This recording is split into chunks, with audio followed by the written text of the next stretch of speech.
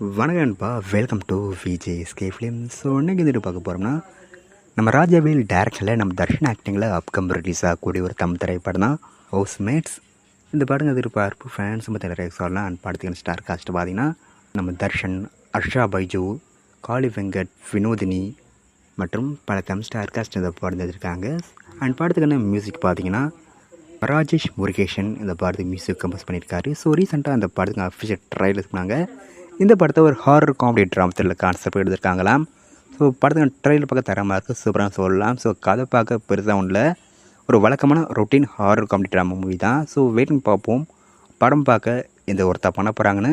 அந்த படத்தை இப்போ ஆகஸ்ட் 1 தேதி தேட்டர் ரிலீஸ் பண்ணுறாங்க. ஸோ மிஸ் படத்தை தேட்டர்ஸ் போய் பாருங்கள்.